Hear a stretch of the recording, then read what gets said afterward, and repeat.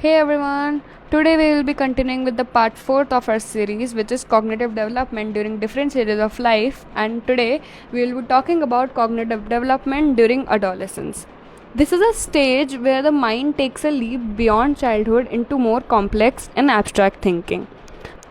Between the ages of 11 and 15, adolescents enter what Jean Piaget termed the formal operation stage of cognitive development. This stage marks a significant shift. Thinking becomes more abstract, more logical, and increasingly idealistic.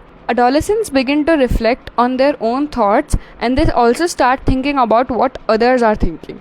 They develop a stronger sense of cognitive and social awareness. Their thinking expands beyond what is correct or concrete and visible.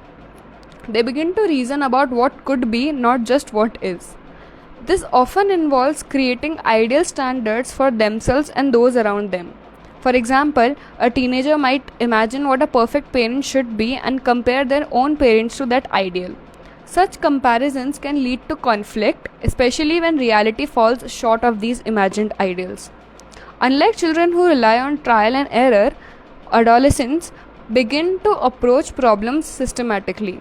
They start using hypothetical deductive reasoning, which is thinking through all possible causes of a problem and identifying step-by-step solutions.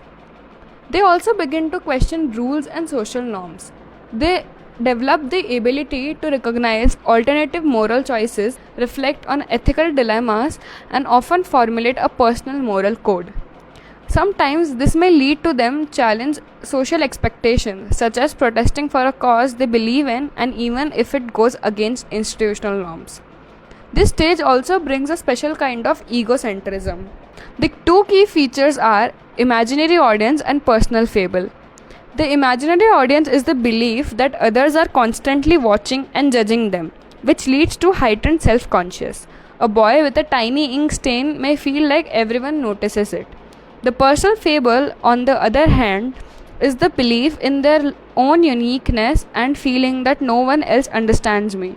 This often fuels emotional intensity and even fantasy filled stories, common in adolescents' diaries and creative expressions. These developments shape not only how adolescents think but also how they see themselves, their relationship, and the world around them.